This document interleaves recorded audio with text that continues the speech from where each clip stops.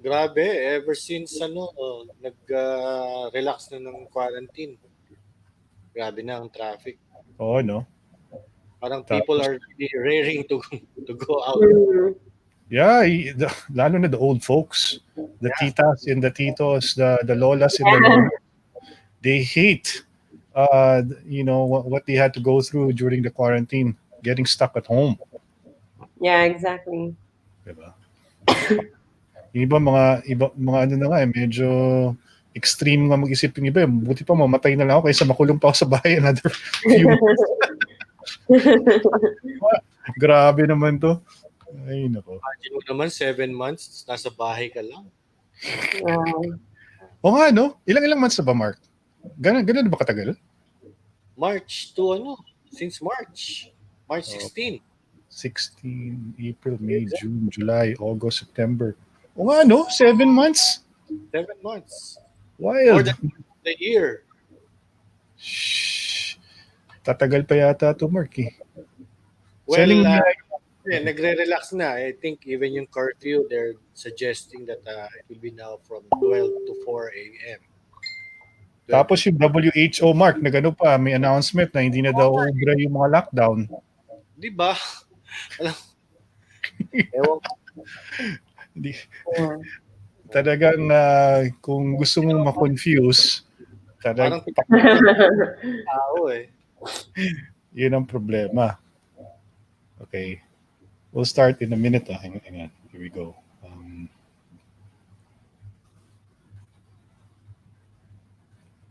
Ay, nako. Let's share this. Yes. Sarah, kung gusto mo i-share, feel free to do so. To my brothers. Ginagawa ni Sarah sa vlog. Mas nang love life. Joke lang. Okay. Hang on. Ano ba yan, Sarah? Baka sinasabi mo lang friends, pero date pala yung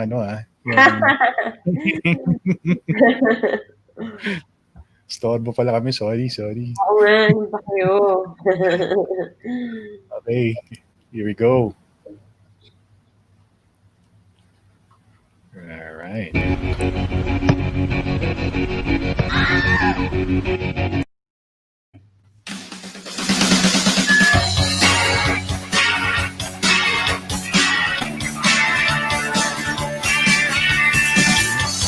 Hello guys, welcome to Istoryang Futbolero. My name's Ron Pobleta. Tonight we are with Sarah Bad, all the way from Singapore. Hi, Sarah. Hello. Hi, Ron. Welcome back to the program. I know you're busy. You have a guest coming to your pad, so we're gonna make the most out of your presence here. And our special guest for tonight, the one and only Mark Lopez. Hi, Mark. Hi, good evening. Good evening, Ron. Good evening, Sarah. Congratulations. Hi. Congratulations, Lakers all the way. Yes. Congrats, Lakers. Yeah. 17th championship ng Lakers yan, tying the Boston Celtics. So Yes. it's a landmark thing. Yeah. So, are you Mark, anong masasabi mo dun sa mga sinasabi ng ibang tao na may asterisk daw dapat yung championship ng Lakers ngayon dahil the circumstances are not really, kumbaga it's easier daw, an easier run daw for the Lakers because hindi nila na kaharap ang Clippers. So parang ganun. Hindi naman nila nakaharap ang Clippers because the Clippers lost, di ba? Kaya nga. They lost terribly. It's not as if naman the Clippers were not participating. They had the Pero opportunity. ano yung comment mo about having one venue for all the playoff games? This being in Orlando, di ba? Oo. Na walang audience, walang crowd. Yun lang naman yung factor na nawala yung crowd eh. But in terms of yung play, the basketball itself, the sport itself, kita naman natin yung level of yung quality of games, ganun pa rin naman. I mean, even yung intensity hindi naman bumaba, no? Yeah, the players themselves, di ba? They are so into the game.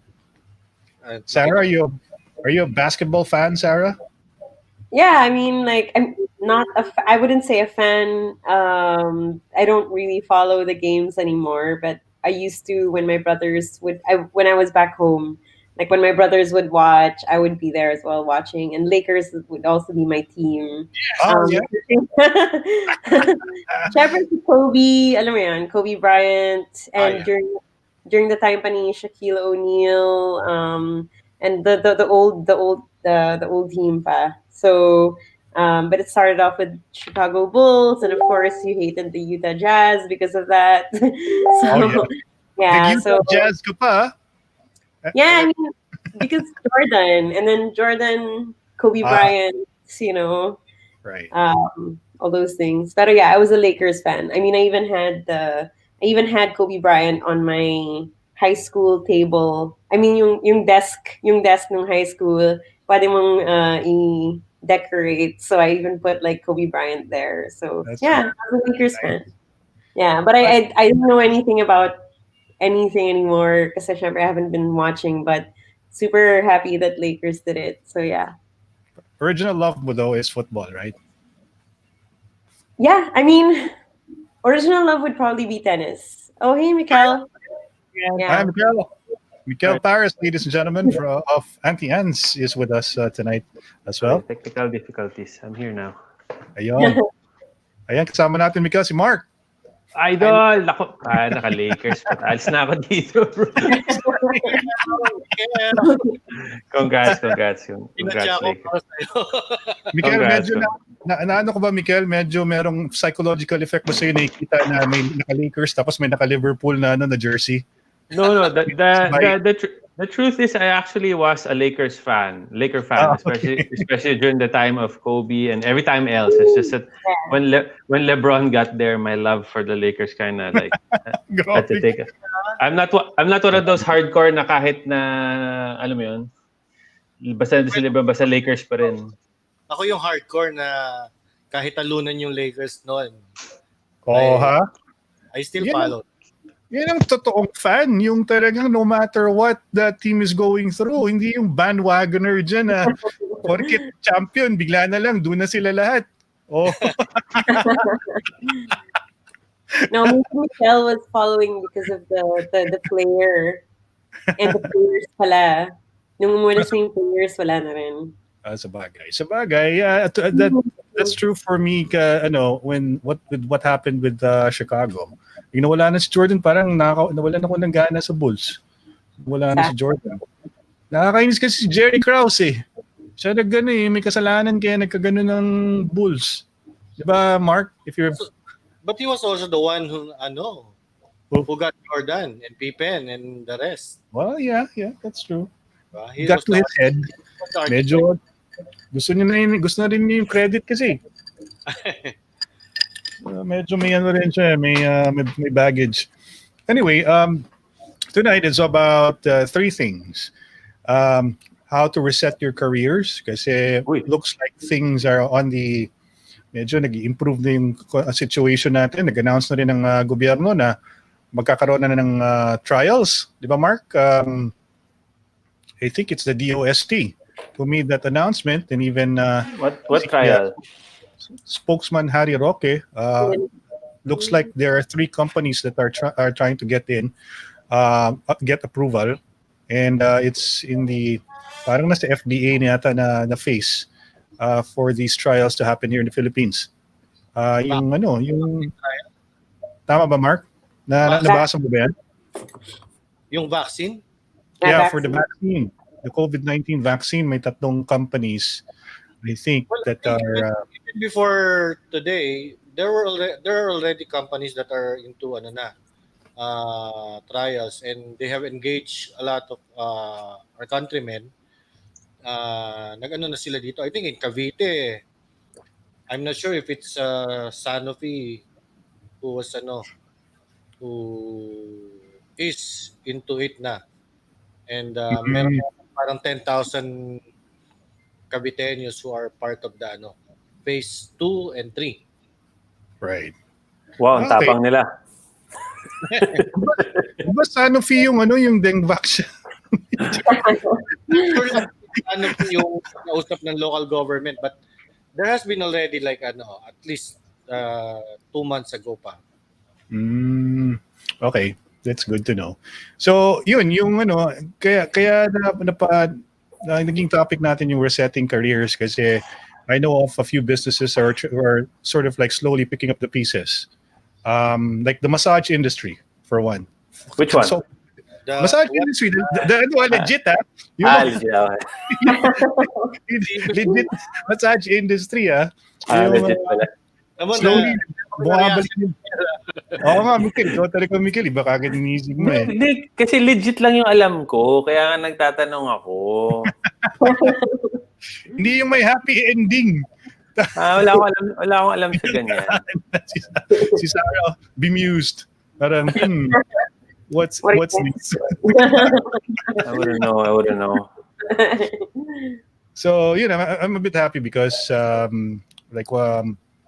a relative of mine, my niece actually, she runs a few massage shops, and they're slowly getting there. But it was very it was very hard for them, including the masseuse. Yung mga masseuse nila talagang ilang buwan walang trabaho, and there was a part there that they were having a hard time getting ayuda from the government kasi. Alam mo naman, ang hirap ng natin, ang bureaucracy natin, lalo sa LGU level. May mga ganong issues na nangyari during that time when people are supposed to get assistance from the government. But ang maganda dyan, Mark, di ba? Nagkaroon ng survey. Yes. It looks like the government did its job. Kasi around 70+% receive something from the government, according to 71% actually. Ilan, Mark? 71% of those who were surveyed for the entire country yung 71. I think in Metro Manila it was about 83% or 80%. Wow. Oh, 'di ba? Maganda yung resulta kasi notwithstanding all the comments that we've been getting and the criticism that the government has been getting from the people from the opposite aisle of the fence or sinasabi nila na incompetent daw yung gobyerno at dapat daw ayuda mo na or pagkain mo na bago dolomite. Tapos what's interesting pa doon sa survey is that those who were surveyed, they attested to receiving the assistance. There are a number of them who said they received the assistance once. And there were those who said they received the assistance twice. And then there were those who also said that they had three cash assistance since March. Meron pa nga yata apat eh. Meron pa apat nakuha. Ano yung sabihin nun, Mark, na doble? Or meron kasing programa ang LGU? Na doble. Kawawa naman yung mga isang beses lang nakatanggap. Yung iba kasi, iba-ibang government agencies, baka siya, yung, di ba, meron sa DOLE, meron sa DSWD, di ba? Tapos may SSS pa mga loans. Pero meron kasing rule yan. There was a time, well, even sa tao namin sa Antians, they were scared because if you got the local ayuda from your LGU and all that, parang di mo na pwede makuha yung iba, no? So parang may double, and then may mga instances na alam ako some employees, not from ours but in other places, na the deposit sa kanila biglang binawi after a while. Oh, okay. Yeah, bawal ang double dip.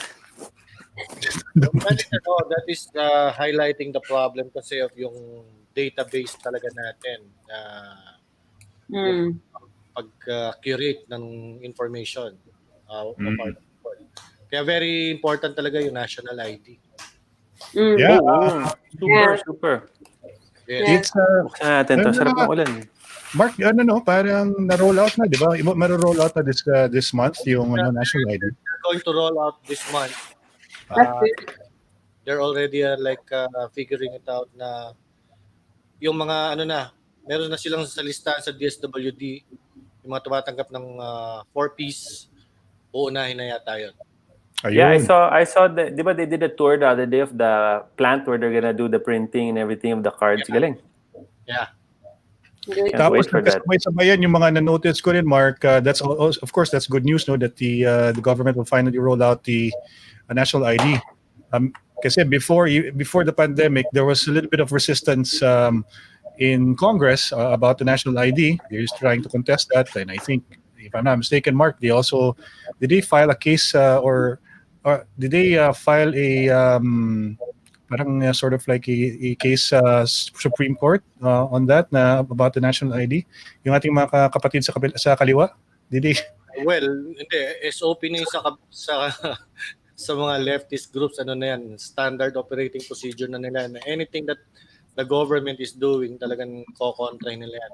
But the national ID was actually in place na, and kung hindi lang nagka-pandemic, dapat nung July, I think it was July na nakaschedule na dapat.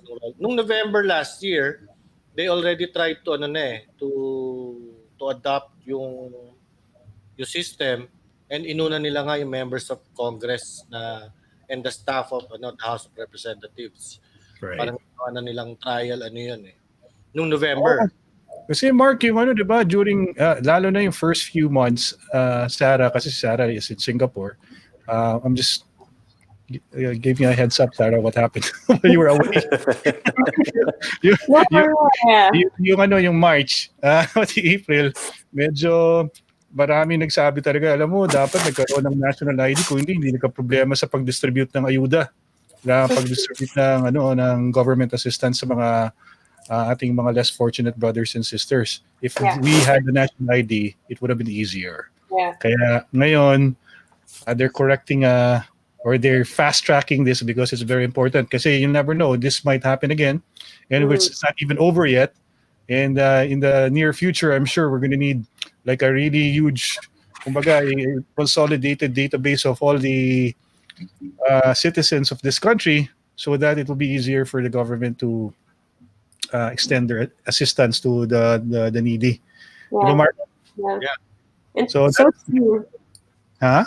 It's so true, because I mean, it's easier to track anything and everything with the national ID. Like, because in Singapore, even the foreigners obviously have an ID as well. So everybody has an ID, a number. Now, everywhere you go, whatever you do, it's traceable to that, to your number. So for example, if I want to, for example, I went to the doctor's clinic today to get my back checked. I went to the clinic and I just said my number. So alam na nila, okay, you're registered here. You've been here before. You're registered.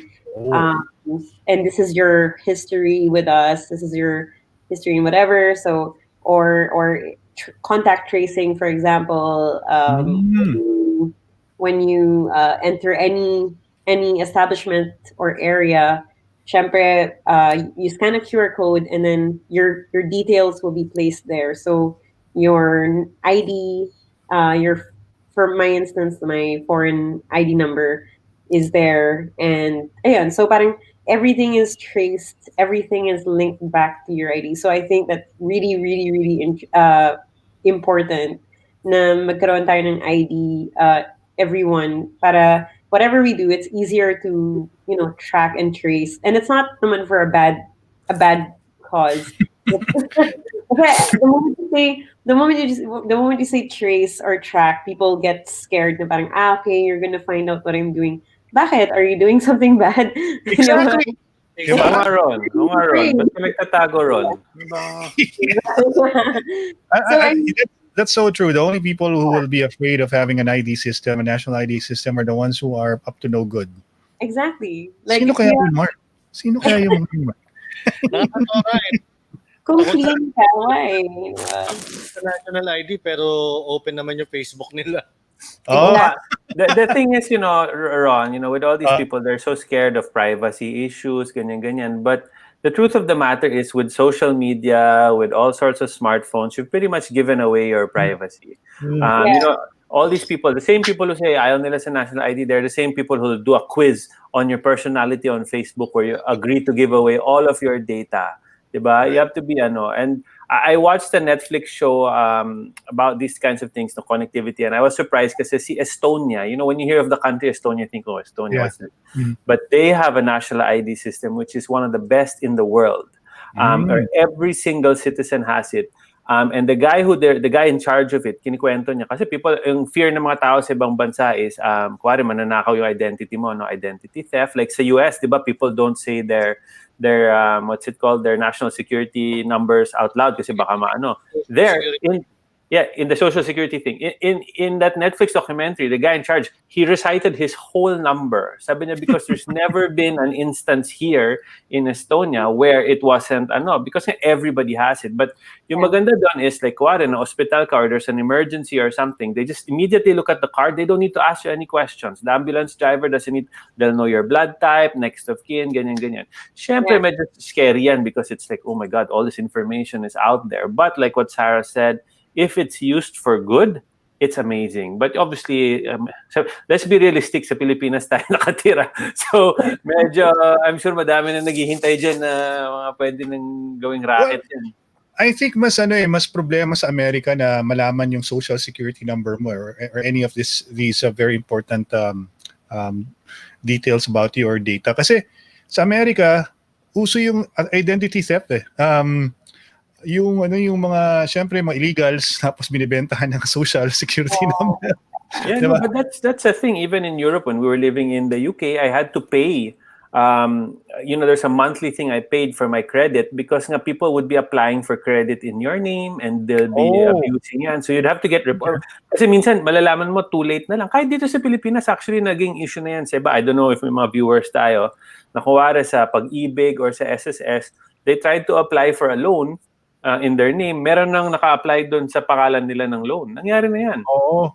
Ano yan, yung isabi nila, pag dapat daw continuously gamitin mo or i-check mo yung yung Pag-ibig mo or yung social security mo na check mo talaga ang Pag-ibig mo regularly para kasi daw yung mga unscrupulous na tao diyan ginagamit daw yung yung account mo to get loan. No, I remember when we were starting the company, well, yung one of our HR bosses, she kept saying to me, Mikel, apply for a Pag-ibig loan or an SSS loan. I was saying, why? I don't necessarily need it now. Sabi, hindi kasi nga sometimes, when you apply, that's when you'll see if somebody's already used it or it becomes or people sometimes within the organization doon, nakita nila, ito, hindi naman ito gagamit ng loan. So they'll use, alam mo yun, yung mga ganun. So, I mean, I can understand the hesitance of some people. But like I've said before dito sa show, there's so many reasons not to do something. No, there's always going to be a reason not to do, but the reasons to do something the benefits will outweigh it. No, kasi otherwise analysis paralysis tayo dito. Will be analyzing every single bad thing that could happen if we do the national ID. But really, the more important things for, our country is not unique na ang calamity dito, hindi naman every once in a while lang. There's always calamities. There's always some sort of thing. So imagine if everybody had those ID cards, the disbursements of benefits. To open a bank account will be much easier. Most people will be able to have ATMs now kasi, di ba, iba hindi maka-open ng ATM. No, so yung mga those kinds of things, I think those will far outweigh the negatives because there will always be negatives. No, and we just have to put safeguards. The government has to na lang go out and assure people that this is how they're gonna safeguard it and stuff. But for me, there's more reasons to do the national ID than not to do it. Well, speaking of negative things, like one of the topics that we have right now is yung dolomite issue, di ba? Kasi hindi pa rin natapos yung hinayupak na dolomite na yung ating Manila Bay rehabilitation is still an issue because obviously it's an interesting thing to talk about on mainstream media at hindi ayaw nilang tantanan. Tapos the Department of the DNR had to bring like the justices, diba, Mark, to the beach to check out the white sand and the project itself, just to show them that look, it's intact, the sand is intact, nothing is going on, because apparently may nakikisaw-saw na naman like the UP Marine biology, the ones who want the mangroves. Yeah, they want to put up mangroves daw doon sa Manila Bay. Sabi naman ni Yusek Benny Antipodra ba? Tama, Mark? Antipodra. Sabi niya, kayo kasi, bago kayo umirit, dapat mag-research muna kayo. Dapat alamin muna ninyo kung anong ginagawa ng DNR. Kasi ang totoo niyan ay meron talaga silang plano na gawin yan sa ibang mga lugar like Baseco, sa Yeah. Bataan. There actually are part of the project meron mangroves. It's just that you can't really put the mangroves right there in the coastal section. I mean, right there do sa Bay Walk area. Yes, because it's Yun gonna yung look gusto ng ugly. tao. Well, look ugly. Plus, imagine, actually, if you have those mangrove types things, actually, mangolekta lang din ng basura yan eh. In those kinds of areas. So if they've done the filters and they've done all this other stuff along the way, for me, that's ano. And if you really research the project, which like you said, you should be a student. Always be a student. Study it, learn about it. Makita mo, in that project, there are mangroves, there are so many other things they've done behind the scenes. So nung nakita ko yung post na yan kanina, si Jamie yan pinakita niya may mga black na sand doon sa nag-post ako na ganyan sa Facebook, sabi ko, oh my God, ba't naman ganyan? Ibalik nyo na lang yung basura, mas okay pa yung basura dati. I mean, it's like you really just finding fault na lang, no? Parang, let's look at it this way. Before, it was just all basura, it was sewage water, it was just horrendous. They put the dolomite there after how much research they put in there. It may not be the perfect solution. It probably won't be the perfect solution, but by God, it's a million times better than what was already there. Plus, let's not forget all the other stuff they did behind the scenes to make this happen, and the cleaning of the waterways, the esteros in other areas. Yun na lang, pwede ba yun na lang tutukan natin? Ang dami dati natin ibang problema sa mundo dito, tapos dolomite ng dolomite, every week na lang, pagka walang ibang mapag-usapan, ibabalik nila yung dolomite. There's somebody standing there from the news every day in Manila Bay taking pictures of the one portion of the sand. Diba? It's actually, kanino sinabi sa amin, yung mga nagbabantay doon na mga taga-DNR, sinasabi nila, pagka malakas ang ulan, madaming media personalities doon sa... It's like they're waiting for it to fail. Yeah. They're praying for it to fail. Instead of saying, okay, this is a beautiful project, nandiyan na, nagawa na, nagastos na, let's just make sure it looks good, keep it good, let's keep people coming here, visiting it, whatever. But instead, it's like, oh my God, every day they want it to be a disaster. Gusto nila ma-report sa mundo, look, we did this dolomite, instead of giving everybody a cup of rice. Parang it's so, I mean, move on na, please lang, Lord, please lang. I was there. Aren't you happy, Sarah, that you're not here to have to contend with these idiots? Mark, di ba nag-post ka ng video kanina? Nandun ka, di ba? I was there kanina. I was there. Nag-live. Nagbago ba, Mark? Nabawasan ba yung beachhead? Yung Pinakita ko nga eh. Kaya nga sabi ko, yung pinost ng GMA tsaka ng Channel 2 ng ABS-CBN, ano naman talaga eh. Panloloko at panggagago na naman eh. And you know what? Ang sabi kanina sa DNR, from 2010 to 2016, the government spent about 3 billion already just sa Manila Bay. Wow. Okay. From 2010 to 2016. And what have they got to show for it? Wala. Oo nga eh. Ngayon, less than 2 billion yung nagagastos. We have that white beach. We have that giant sewage treatment plant. Yes. Treatment plant na yun. Hindi pinapakita nyo. Kanina pinakita ko. Ang daming nagulat dun sa audience na meron na palang ganun eh. Diba? Itong ating media kasi kung kung sana they're true to their mission or to their mandate as reporters, diba? What does a reporter have to? If you are a reporter, you're supposed to get all the facts. That's the minimum, the bare minimum that you're supposed to do.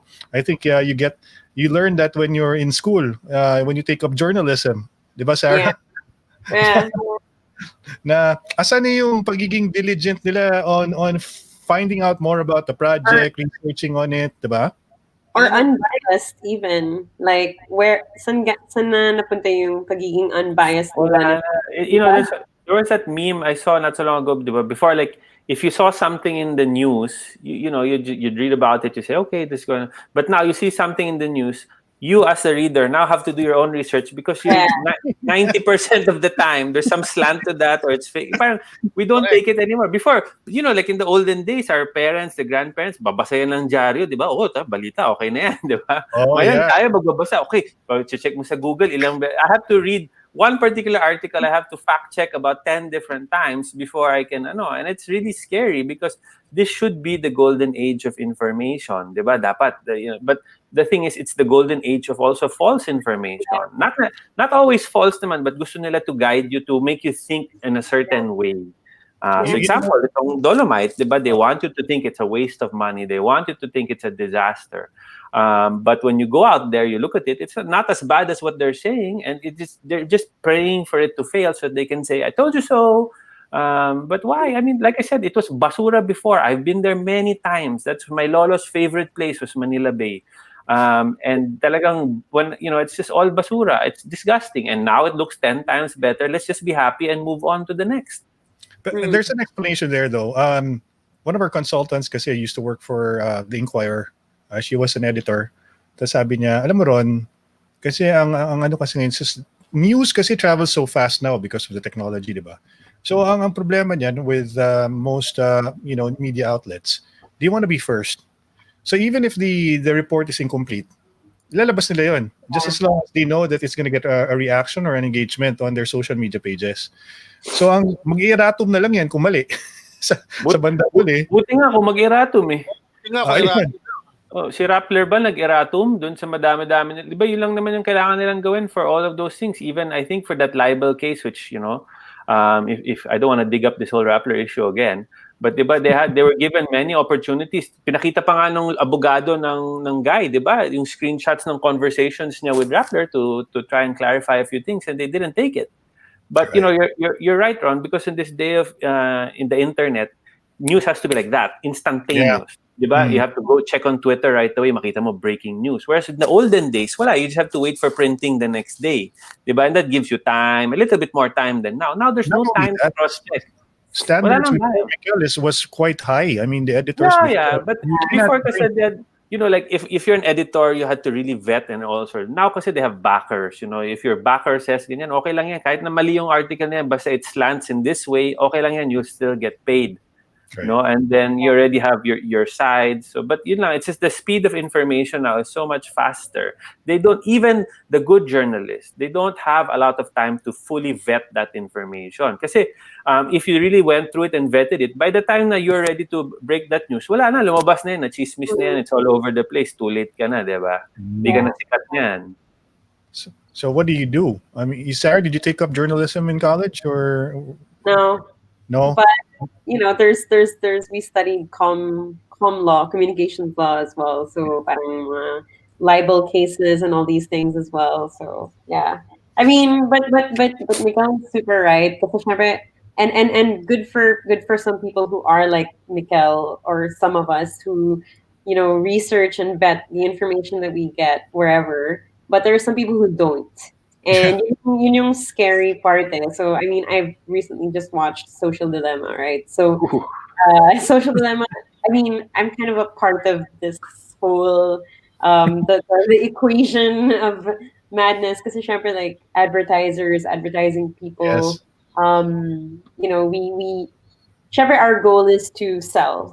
But the platforms sort of make it easy for us to do our selling, because in a way, parang the platforms create these offerings to advertisers. So for example, Facebook would say, hey, I know how to get to your audience and which audience you want. And I know with my AI, I can tap this person, like Ron. Ron loves to read this. Ron loves to play soccer, football, whatever. And this is what I'm going to serve him. All these things, and then Google will say, but I also have this, and YouTube will say, I have this. I can bid for this person. So yeah, so advertisers would be like, yes, I want that, and not for an evil cause. It's to sell more products, and that's when advertising agencies come in, media agencies come in, PR, what have you, influencer marketing people will come in, and everybody will. Everyone will, be part of the pieces of the puzzle, but people will exploit. There are people who will exploit that. There are people who will exploit those platforms. Say, for example, the ones who have political agendas or who have a cause that they want to get people on board with. So So they feed misinformation, they feed fear, and all these other things. And the moment you get into that, you get into more of that. So some people get this misinformation, but some people will take it as, Bible truth. It was as something that actually, you know what, this is the correct thing. And why would, and also kasi, ano rin like innocent din yung mga tao na parang, why would anyone do such a thing, right? Or why would anyone try to feed misinformation?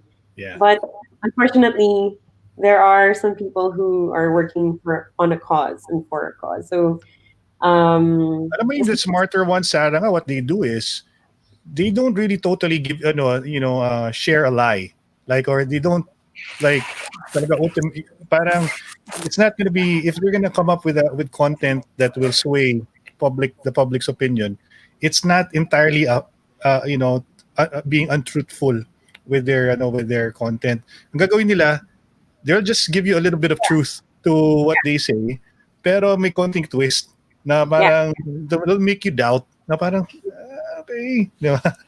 I'm a writer, so yeah, you know that, huh? there are different there are different angles or ways to say the same thing. Na parang, again, parang, like sort of like leading lines or leading statements na they want you to think this, that's why they wrote it that way. Parang ganun. So, But funny thing, Mark, that's so true, Sarah. A good thing that you're here because you can give us some, talagang first, talagang expert opinion about how things are done on social media, because this is something that you do every day as part of your. This is something that you talk about in boardrooms when you come up with campaigns for your products.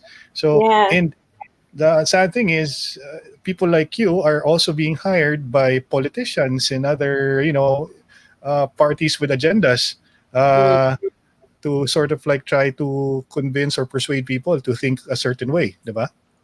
People like me, but not, Not like you. But not you. There are some people. Okay. Napansin ko nga, Mark, di ba, yung kasi ang mga good news natin today is yung national ID law. Tapos medyo bumaba yung mga cases. Si Mikel siguro would be medyo na may konting relief ito si Mikel kasi bumababa na yung cases ng COVID-19. Nag-keep track pa ba, Mikel? Not so much, no. Ayoko lang kasi maging kampante yung mga tao. Ayoko mag-relax masyado. Correct. Tama naman. Tapos itong recently, Mark, merong pinakita si DPWH. Nag-post ng video tapos na kinuha rin ng mainstream media about the completion of Skyway Stage 3. Yeah. Siyempre, hindi patalo yung kabila. Project daw ni Pinoy yun, Mark. Paano yan? Actually, sinagot sila ng DPWH that when Mark Villar took over in 2016, the project was about 11% lang complete. It was actually started in 2014. Tama ba? 24? No. Kasi may Skyway Stage 1, 2, 3 yan eh. Yes. Panahon pa ni GME, di ba? Simula, tapos tuloy-tuloy. Yes. Pero nung time ni Pinoy, hindi nagawa yung dapat gawin, especially the right of way do sa mga dadaanan na tapat ng Skyway. And natulog po talaga doon. Talagang hindi yun gumalaw. Kaya nga, by the time that Mark Villar took over, it was just 11% lang ang completion rate. Yes. And imagine, from 2016 to now, natapos. Sarah, pwede ka na pumunta ng North Luzon Expressway in 20 minutes from Makati. Tama ba, Mark? 15 to 20 minutes. Wow. Solid. Ron, mabibisita ko na yung tindahan ko sa Fairview. Ayun. Parang Fairview tawag namin din. Hindi ako nakakaabot dun eh. Parang pupunta ng probinsya, no? Pag sinabing Fairview, Parang, Actually, Yeah, mas madali pa to go to the stores in Clark and all of that than to go to Fairview for us, no? So, I for one, I'm happy. Ang sagot ko naman dyan is I don't really care which president did it, as Yeah. long as it's there and we all benefit. Granted, which is a certain president made it happen quicker, doesn't matter. But hindi naman yung pataasan ng ihi dapat. At saka at the end of the day, the Skyway, you still have to pay to use it, no? It's not a gift. It's not a gift to you from above that all of a sudden you have to be forever grateful to whoever made it happen. Ang laki pa rin na babayaran mo dyan, no? It's a toll road. Again, we're grateful that the infrastructure is there. It's happened, but it's parang in all the partisan conversation, Miguel, is the fact that this is taxpayers' money. No one, exactly. diba? Hindi naman pera ni PRRD or ni Pinoy or ni GMA ang ginamit dito sa proyekto na to. Ron, the other thing you have to bear in mind here is Duterte himself is not standing on the Skyway saying, I made this happen.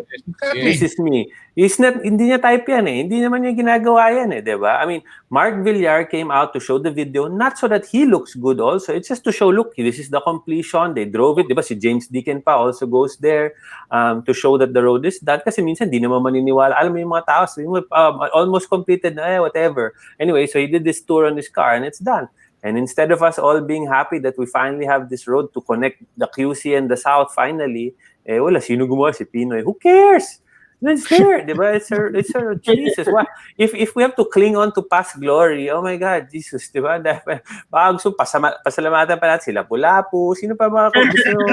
We can go back, diba? Sarah, what's your take on this? Because I know you need to go. Yeah, you have about 5 minutes before your friends come over. Wait, there's a party there, Sarah. Can we join? Up to 5 points lang. Joke. Hindi, Zoom. Pwede naman ako sa Zoom. Pero Sarah, nag-promise ka next week dapat kompleto yung... yan. Mag-gana si Mikel yan. Walang gugulat dito. Nakalimutan ko super, sorry. Anyway, sorry, what was my... Who's coming over at 10 o'clock at night, Sarah? This is we're opening a lot more questions here now. No, in Singapore, everything is super safe. So, wala lang. Anyway, baka nanonood yung tatay ni Sarah. Wala, syempre, I'm super happy when I hear progress. Kasi syempre, all we hear sometimes, yung kaming mga OFW, yung mga syempre, what we get from our family or our friends or we get from social media. Sometimes kaya that's why I don't really like looking at social media anymore kasi lang din negativity, no? Yeah, but it's good to hear the other side of, like hearing other things from other people who are not too just like blindsided by a certain angle of the story or a certain side of the story. So I mean, it's great to hear about both sides, like what's going on really, whether it's good or bad. So it's good to hear that there are positive things. Because like even when I would go home every so often before the pandemic, parang it was definitely easier for me to go back without having to get OEC all the time, like overseas exit something. Anyway, I forgot. Parang hesitate ka dun, you have to renew. You have to get it all the time. You have to renew all the time and pila ganyan. So what the present administration did was made it easier for us. Now we can just renew it online, and also like coming home, yung mga easy immigration, like it's not as easy yet, but I mean I'm sure it's gonna get there, but it's gotten easier and it's gotten a lot quicker. So I think that there are some progress, like there are things that really shown and made progress, obviously, and to hear more about this, like the Manila Bay, and to hear about the Skyway, it's great. Kasi syempre parang, and I relied on Skyway when I was working in Manila before, like 7 years ago. Like I was driving from Las Piñas to Makati And if it wasn't for Skyway, that made it, significantly faster for me to Oh yes. travel. Yeah. Parang it would have been super hard and super horrendous. So I would imagine that anyone who wants to go visit their store in Fairview can Farview, actually do that. Farview. Fairview, Farming. and do it more with ease. So wala. I mean, may mga kaibigan din ako sa North. So it would be great to visit them if I was home. Very Uh, true. Imagine you could unite families now because of this. Yeah, exactly. we're looking forward to that, Sarah. When you come back, you get to visit all your friends here in the Philippines. I'm sure that's something to look forward to after this pandemic, diba? And if we get to play football again, and Oh, so yes. exciting, yeah. Oh, I dream about it. Like I'm playing again. Me Sa too. BGC.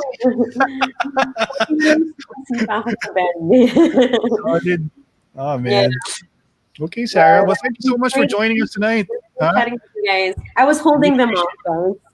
Ay, you were. Are they outside your door, Sarah? Baka nasa ilalim sa baba lang, hindi mo pinapapasok. Parang wait lang.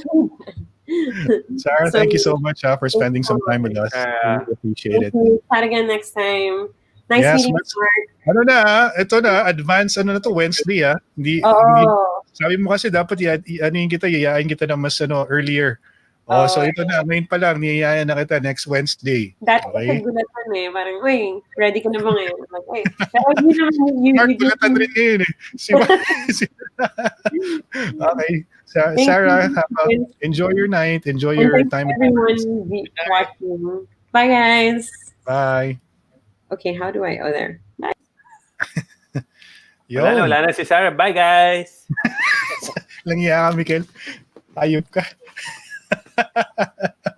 so yun, Mark, going back, ano yung sinabi si Sarah kanina na may naalala tuloy ako about what she said about the infrastructure, mga projects natin ngayon sa gobyerno, lahat ay mabilis. Yun nga pala, Mark, ang Congress pala, ang Senate pala passed the resolution or they passed a bill 23-0 authorizing the president to fast track giving out permits and Isa whatnot. red tape. Yep. To talagang totally lessen red tape During emergencies. during emergencies. Yeah, what the president kasi certified as urgent was the bill requiring a government to facilitate yung mga issuance of permits, especially during emergencies. So yung mga procurement, yung mga infrastructure building, na lalo na pag may calamity and may like this pandemic. So kumbaga papabilisin yung requirement. Kasi even before this, meron na rin naman na yung ease of doing business na pass na yun eh. And yung anti-red tape law. Yes. All of those things. Yung 3 days, 7 days, 20 days na dapat ang mga LGU nag-i-issue ng permits. Yeah. Yung pagka-basic permit, dapat within 3 days. Pag hindi inaksyonan ng LGU, it's considered as approved after 3 days. Tapos yung mga medium to na requirement, yun naman yung 7 days. Tapos pag mga highly technical na projects, yun yung dapat bigyan ng 20 days ng processing. 20 days lang, hindi yung taon. Kasi iba, umabot ng taon, Mark, di ba? Oo. Pinabawasan na rin yung yung mga requirements. Even the BIR, I think from 80 something na requirements down to 12 na documents na lang ang ina-attach mo. That's good. Kasi I don't know, Mark, if you heard about this, but there's story nga si Presidente got so frustrated about how slow the bureaucracy is. This was, I think, 2 years ago. Gusto niya yung time na gusto niya mag-quit. Gusto na niya mag-resign. Kasi bagal na bagal talaga siya sa ating sistema, sa ating bureaucracy. Yeah. Na siya, kahit siya helpless. Kaya itong, diba? Niya, itong issue ng telco, nagtataka siya bakit hindi tumatakbo yung third telco. So, issue pala pati yung mga tower building, di ba? So, yung tower building, parang you have to have like 200 documents to submit bago ka bigyan ng mga permits. Sino nag-iisip niyan, Mark, no? What? Totoo na rin documents. In this age nga of di ba, high-tech na tayong lahat, kailangan mo dokumento, 206 documents para ka magtayo ng tower. Si Mikel would know because he runs a business. Well, Opening a store required a few documentation. Ang experience ko kasi dyan, Ron, the more paperwork sa gobyerno, the more paperwork, the more people you have to pay along the way. No, so yun yung basic. Kaso ngayon, na-highlight ngayon dahil may pandemic. Tapos lahat ng mga kabagalan na nangyayari sa bureaucracy natin, napansin tuloy ni Presidente. So, wala. Pati yung Senate, they have to, can you imagine if you're a senator, even if you oppose this administration and you say no, what would that make you look?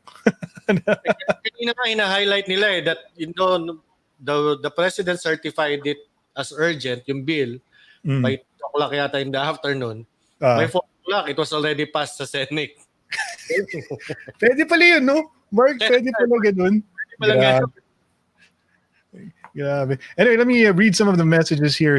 Sabi ni Nielsen, Obligar, kung pwede lang i-reset na natin yung mga kritiko ng PRRD admin. We have a few people who are watching from Japan. Ayun, yung ating Facebook user, yung I think sa other group yun. Tapos Gerald Ruby. Yes, mismong Pag-ibig employees din gumagamit. Yung kanina yung pinapag-usapan natin, Mark, about paminsan merong mga unscrupulous people from the government agencies who are using yung Pag-ibig na pag hindi mo ginamit yung loan mo for a certain period, magugulat ka na lang. Nag-loan ka ng iba. Nag-loan ka pala, hindi mo alam. Mga loko-loko talaga. Si Pat Bocobo. Hoy! Hi guys. Pa-shout out po dito sa barangay namin. Thanks po. Saan si Pat Bocobo? Kagawad yan ng barangay Ayala Alabang. Hayop yan. Ano yan?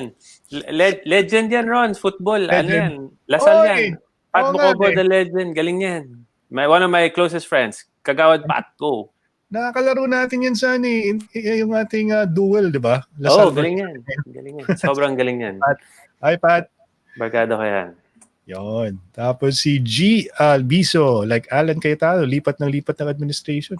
Speaking of ito, since na-bring up na rin ni G, si dating speaker Alan Cayetano, part of our topic tonight is really about the lower house kasi it created so much fuss sa social media. And then it's unbelievable, Mark, kasi we have friends from our own our supporters of the president who are talagang banging heads because of this. Some are pro Velasco, some are pro Cayetano, and us who are caught in between are like, hey, what's going on here? Diba? Mark, anong take mo dito, Mark? Kasi hindi pa I've seen some of our friends who are also blogging, who are very popular, who have a huge following, and you can see that medyo may parang division in certain terms of perception of the former speaker and the one who is coming in. Meron sa kanila na ayaw dito sa darating kasi merong mga sort of connection with the oligarchs daw. Tapos yung other side naman is very, he didn't want to give up his speakership. So may mga ganung usap-usapan. Ikaw, Mark, anong mo dyan? Take mo dyan? Well, it could have been worse, buti na lang itong dalawang nag-agawan is somehow both are allies of the president, and kahit paano they were able to resolve it eventually, kaya tapos na yung issue. But more than anything else, I think talagang mahirap talagang pagka power ng pinag-uusapan. Talaga there are times talaga magkalimutan na tayo. Kasi may gentleman's agreement. Wala, pag nandiyan ka na sa pwesto, mahirap na Parang pag nasa ibabaw ka na, ang hirap ng tumungo Di ba? Alam mo yung mahirap dyan, Mark, kasi syempre pag if you weigh things, tapos isipin mo rin yung history. Since 2016, of course, vice presidential candidate ni presidente si APC, si Alan Peter Cayetano, and he's really done some good talaga. I mean, as a staunch supporter of the president, even during the time when he was still in the Senate, he was the one banging heads with the likes of Trillanes and Laila de Lima, and kita mo talaga na talagang no holds barred siya. I mean, he even got into a point na muntik na sila magbakbakan ni Trillanes, 'di ba?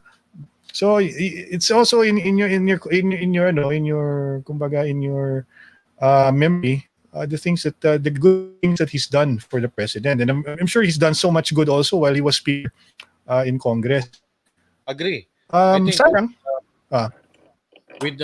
with all due respect naman sa ginawa ni Alan Cayetano, he did good in Congress. He did good as a speaker, and actually he was able to elevate the House of Representatives into a higher plane now, no? taas Diba? na nila ratings nila ngayon, di ba? In his term, medyo gumanda-ganda ang image ng House. Yes. Really no, so unlikely before. Talagang dati ako personally hindi ko talaga maano kung anong papel ng House of Representatives. I mean, para sa ba ito mga tinamaan Olympic na to? Agree ako dyan.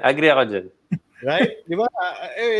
But at least today, I mean, during the term of Speaker Cayetano, they were able to really, truly, parang somehow, were able to give themselves the chance na maging talagang people's representative.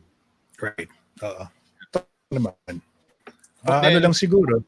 Yeah. Yun na nga, after that, the flip side. The power, crept na. Ayan. How much is the budget you think, Mark, has something to do with that? Kasi budget talaga yung talagang major talking point dito eh. Ito talagang tatalunan nilang dalawa, di ba? I think the other one, si Congressman Velasco wants to come in. Sure, maybe because it's time. I mean, merong agreement, gentleman's agreement in front of the president that he's gonna take over by October. But does the budget have something to do with that as well? Na he wants to be, actively presiding over the budget sa tingin mo for 2021? Because we can't take away. Mikael and I had this conversation the other night about this also being the source for campaign funds for 2022. True. Alam naman natin yan that the House controls the purse of the government, di ba? Kaya yan ang ano dyan. Ultimately, it's all about the budget nga. It's all about money. And yan ang it was really glaring na lumabas yan. Because hindi ko nga maintindihan dahil I would have, kung ako si Alan Cayetano, di ba, gaya na sinabi ko sa iyo kanina, I would have given in dun sa term sharing agreement. Yeah. And I would have resigned today. Today is October 14 as per the agreement. And I would have let the House members vote. Di ba? Pero ginawa niya kasi, terminate niya yung proceedings na earlier than supposed to be. Sinuspend niya yung session. Sinuspend niya, which is hindi naman dapat. Tapos pinas niya on second reading yung budget, which is parang ni-railroad niya yung budget. Ni-railroad niya, di ba? Hindi man lang nabusisi. And so may mga may mga horse trading nang naganap doon. But as it turned out, he did not really have the numbers. And which I think kaya niya rin ginawa yung mga ginawa niyang steps. Because at the end of the day, I felt na alam niya sa sarili niya na wala yung numero sa kanya pagdating ng talagang reckoning day. Siyempre, hindi na iwasan ng mga dilawan na sausawan rin yung issue na yan. Bigla na lang inalay nila sarili nila dun sa bagong speaker. Yun na lang ang consolation ko na hindi naman nakasawsaw ang mga dilawan at parang naitsapwera sila dito sa usapan natin. Hindi ko sila nakaporma. Kung saling pusa na lang sila na, kung sino naging speaker, doon na rin kami. Di ba? Ay, nako. Mikel, tumakbo ka na nga, Congressman Mikel. Tayo ng ating party list. Hindi ko kakayanin yan. Nagbiro na ako niyan dati sa kaibigan ko sa Congress. Sabi ko, takbo ko, kasi syempre, I mean well, di ba? Sabi sa akin, di daw ako tatagal ng ilang araw dyan, baka patayin daw ako ng mga hayop. I've been thinking about this quite some time, Mark, kasi I think yung foundation of how things work in government kasi is put in a spotlight here. Parang kailangan talaga tingnan, busisiin natin kung ano mga nangyayari, kung ano yung talagang problema ng sistema. Kaya the likes of Orion are very loud talaga about changing the system, starting with the Constitution. Yeah, and nakita naman natin, this is really still the politics of personality, di ba? Hindi Yeah. And the problem talaga nito is the system itself. The system perpetuates this kind of issue lagi. Every now and then, laging merong changes na ganyan. Although in a parliamentary system, ganun din naman. But at least doon, expected mo na yon. Kumbaga, yun na yung talagang pag if you do not perform, di ba? Pwede ka talagang magkaroon ng vote of no confidence and eventually palit. Pero that is how the system is na nakaset na yon without interrupting the government, without interrupting governance. Diba? Dito, biro mo, hinostage ang budget Ginamit ng budget. Yun yung masaklap dyan, yung budget na hostage. Parang whatever issues the two had, it should not have gotten to that point, I think. Because it also shows the frailty of the system na we can be held hostage by personality clashes. Yeah. Buto naman hindi nagtagal ng 24 hours rin yun, Mark, no? Hindi nagtagal ng 24 hours yung bigla na lang everything is up in the air. Anong mangyayari sa budget bigla kasi nag-intervene na si Presidente. Sinulatan pa yung dalawa, pati si Senate President. The President called for that special session. You know that things are already moving. Oh, and yes. one of them is already kaput. Tapos Pero na. Ron, di ba, I mean, in the last few years in the US, di ba nangyari na yan na nagkaroon sila ng deadlock na hindi na pass yung mga budget. So there were times na the government services stopped. Di ba? Even like, cleaning of parks, mga ganyan. That's happened already in the US. And again, that's also a presidential system with Congress and Senate. So it goes to show, I mean, that's why naiintindihan ko yung argument nila Orion and that side. Because talagang, I mean, the parliamentary and federal, it's not perfect either. There's no perfect government for sure. But parang it's less prone to these kinds of stupidities, really. What I worry about the federal form of government is exactly what's happening in the United States. Diba, I don't know if you've been watching the current parang binivet nila yung bagong candidate ni Trump ng part ng Supreme Court na papalit kay Bader. Yeah. Si who's this woman, Mark? Circuit Judge, U.S. Circuit Judge na she seems very articulate. But siya medyo conservative Siya definitely Republican. And I think ang strategy ng Republicans is to make sure that more conservatives are in the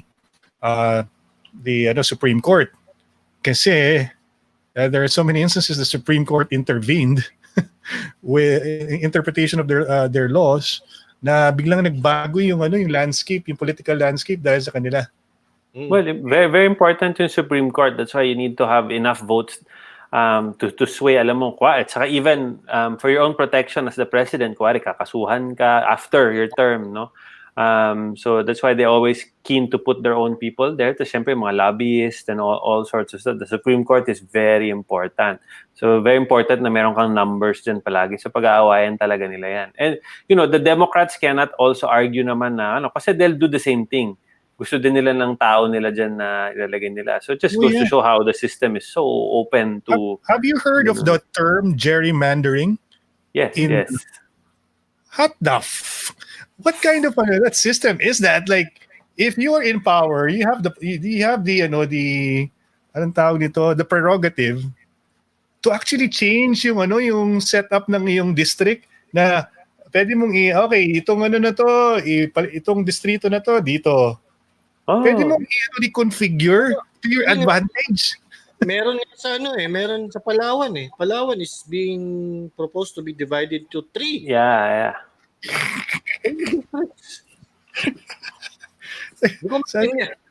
Ibang klase. Tapos I ended up reading about I remember in the South before na may segregation. Yeah. Na may nagkaroon ng John Crow. What's that? Mark? Do you remember this? The local governments or the states, some of the southern states, Joe Crow or basta meron silang batas na hinihiwalay nila yung mga blacks from the white population. Recently? Hindi, this was in the 18th century. Yeah. Back in the day, yung medyo bago pa yung na free yung natalo yung after the Civil War, nagkaroon ng mga batas sa southern states that all men are equal but they have to be segregated. Kumbaga, inalter nila yung batas sa state level. Jim Crow yun. Jim Crow, correct. Jim Crow is like a term they use na medyo na derogatory on the blacks. Na kasi they see the blacks as a different species altogether, di ba? Tapos they segregate So ang nangyari dyan, ang naging hot button issue sa Amerika is yung voting, yung kanilang voting rights. That, di ba kasi before, sa Amerika, I think 10% lang yata ng population na pwedeng bumoto. Mga privileged white people. White people lang. Diba? And then this was even debated on the Supreme Court of the United States, and this thing prevailed for a long time. Na only a select few people, and I'm sure the discussion there usually, Mikel, is, or their arguments that prevailed are, bakit mo papabutohin yung mga taong walang pinag-aralan? Well, di ba, Ron, sadly, di ba, yan yung argument ng ilan dito sa kabila, di ba, dyan sa Yellow recently, based dun sa surveys, di ba, na 91% trust and approval rating kay Duterte. I saw these tweets from people associated with the other side that were critical of the people who actually participated in the survey, na parang dapat daw hindi lang from this grupo ng mga masa, kasi mga masa palagi medyo bobo daw, ganito bumoto. Parang that's a form of that. Really, that's what I've said. That's so true. That's so true. Diba, ilang beses ko na sinabi sa show na to yan is that, that is how democracy works. You cannot stop this. If these people did vote for this guy, whether you like it or not, that's how democracy works. And you cannot say that your vote is more important than theirs. Kasi at the end of the day, di ba, lahat ng kampanya dito sa Pilipinas, almost every campaign is about helping the poor. Yeah. O di sila yung boboto dapat, sila yung kinakampanya nila hindi naman yung mayaman, di ba? So if anything, they're really the ones who should vote because it affects them the most. And to disregard their vote and to say they're stupid or whatever. One, why are they uneducated? Ilang dekada na tayo we should be a progressive country, pero ang dami pa rin uneducated dito. And also, just because they didn't vote for your guy doesn't mean they're stupid, di ba? But anyway, nakikita ko na yung argument nila dyan. Ilang beses, di ba, they're trying to stop certain people from voting here. Gusto nila yung mga matatalino lang or magaganda yung background. Kagaguhan. Pero, Mikel, Mark, nakakapagtaka yung diba, yung sabi nila yung mga ganyan.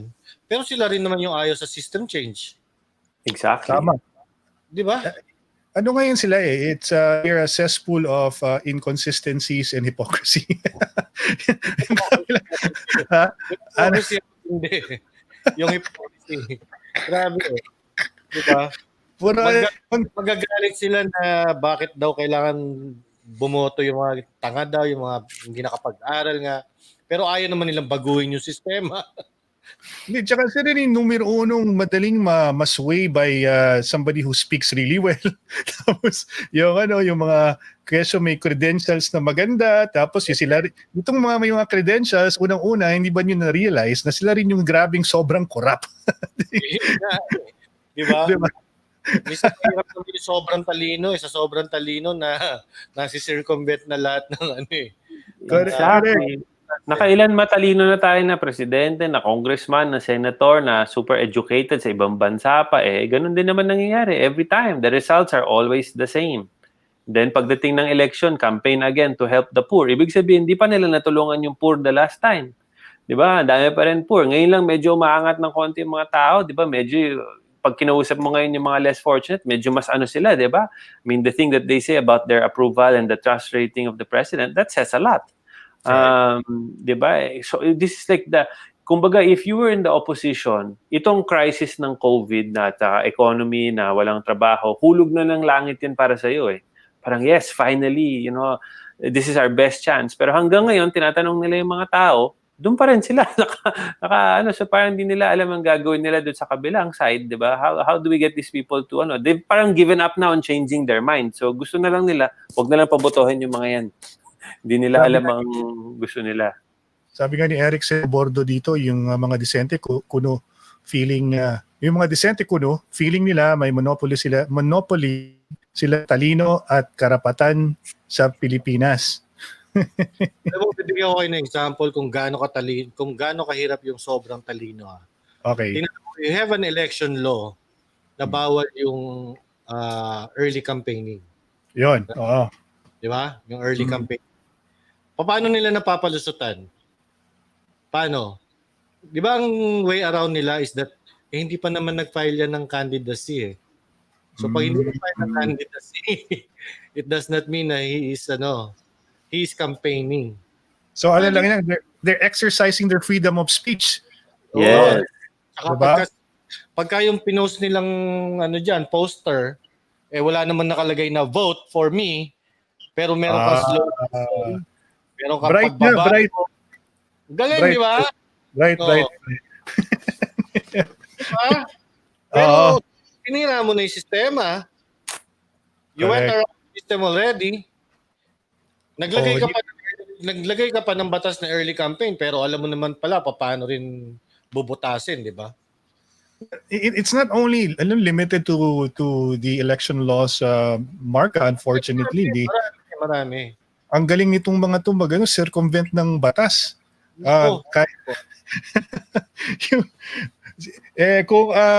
Kung ang Pilipino sometimes are known for being palusot, imagine how much more ang ating mga politicians. Diba?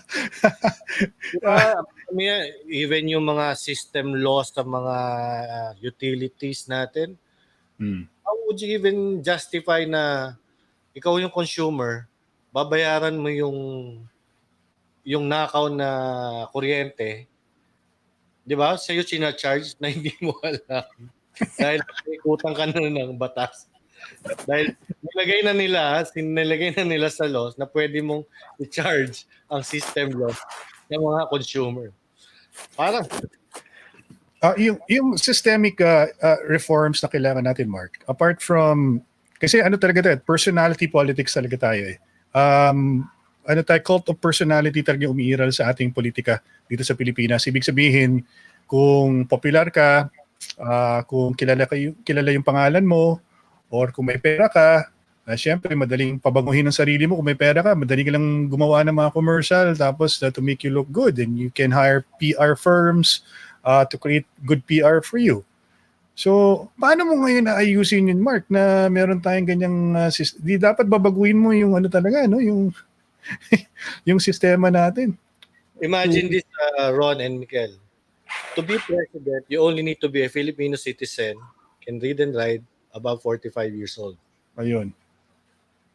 Pag nag-apply ka ng packer o kaya security guard, mas mataas pa ang requirement. No? Alam mo yun? Mag-apply ka ng security guard, mag-apply ka na checker sa warehouse. Kailangan high school graduate ka pa. Di kaya nga pansinin mo, ang dami talaga nating mga artista na nagpolitika, no? Kasi naintindihan nila na, sikat ako eh. Pwede kong gamitin itong popularity ko. Medyo palaos na rin ako sa hindi na rin akong project sa TV. At the end of the day, popularity contest lang naman talaga yan. No? I mean, the election, that's the whole thing, is who can spend more to become more popular, pay more for airwaves. And how do they do that? Some of them, they'll get sponsors, backers, all that. Siyempre, by then, you're already beholden to your backers. Hindi naman bibigay yan ng pera dahil ang trip ka nila, di ba? They're banking on you getting a position and you will protect their interest. Same sa US, same in many other places, no? So medyo naive na din na isipin mo, this guy is really just running because they love the country. No, unlikely. Malaking ginagastos nila dyan. Kailangan mabawi yan. ang ROI dyan, di ba? Lalo na kuwari, mayor, 3 years na lang ang term. Dapat yung mabawi nila in 3 years, yung ginastos nila na 50 million, 100 million to run for those local posts, di ba? Are you telling me those people just do it because they just truly love the Philippines? Unlikely. I wish, di ba? We wish. So it made me read about certain organizations. Most of the time kasi the ones who have best practices are the private sector, di ba? And sino pa, what better company to read about than Google? Kasi they're the most, I don't know, more progressive in terms of how to run their organization. And I'm thinking kagad, Mark, kasi I've heard some people say na, this is government. It's different from the private sector. This is how things are in government. Do we need to change that mindset? Kasi apart from the system being changed, kailangan pa baguhin din yung mentality na porke gobyerno ka, dapat inefficient ka. Na dapat, dapat nga, we should run government like we should be running a private company. a company. Di ba? Diba? Oo. Kasi na, doon po, di ba, very much accountable to the board of directors, which is really us, the people. yes. Parang Yes. ganun, di ba? And even the modern companies, the way they run their business, I'm sure Mikel does it the same way, is yung meritocracy na concept, and collaboration is so very important these days na talagang like companies like Google, you hear the word collaboration most of the time. And sa government kasi, we operate in silos eh. I'm sure you've also heard about that phenomenon about government, Mark, no? Kahit na within the agency or the department, depending on what group you belong to, or kung ano ka, accounting ka ba, or comms ka, or wala kang pakialam sa ibang tao na katrabaho mo sa opisina. Diba? Wala. Lalo na yung mga agencies. Ngayon, meron tayong interagency task force. We are sort of like asked to work together, but you can tell that there is a natural barrier between agencies. Lalong-lalo na when it comes to projects. You can tell just by the campaigns whether the campaigns are smoothly intertwined. Diba, Mark? Pero tingin mo? Ron, ganyan din naman Ron sa private sector. Minsan yung accounting, galit kay operations, kay audit, yung mga ganyan, madami mga, it's natural na yan. That's why the good companies, the good leaders, they get everybody to work together. You say, okay, you don't have to be best friends, but you have to be civil and find ways to work together. Kasi kuwari like accounting and operations, although they're two different entities entirely, they have to work hand in hand. Kailangan talaga part sila na So if you make it na they're a team, they'll figure it out. But sa government, it's always gonna be hard kasi may mga vested interest, may mga perang kinikita in each department, di ba? So yung medyo mahirap. Saka pag sa government kasi Ron, medyo pag nakakuha ka ng pwesto sa BIR or sa LGU, normally job for life na yan eh. Alam mo yun, bihira yun na nasa gobyerno ka, tapos aalis ka. Kasi, there's so many perks to being there. Whereas in corporate setup, mas may pressure ka kasi if you don't do well, you either have to leave or, there's other opportunities to leave elsewhere. Iba medyo sa government, nagiging kampante. Career politician or career government, kasi may mga GSIS, all sorts of stuff, di ba? So there's less incentive to do really, really well. Bihira ka lang naman nakakarinig na natatanggal sa gobyerno. Di ba may mga kaibigan tayo lahat, they work for the government. They've been there forever. Because we have antiquated laws. Yung ating Civil Service Commission. Yeah. I don't know, Mark, have you ever thought about how difficult it is for government to fire people? Yung mga tinatawag nating plantilla na Kasi nga maraming matalino.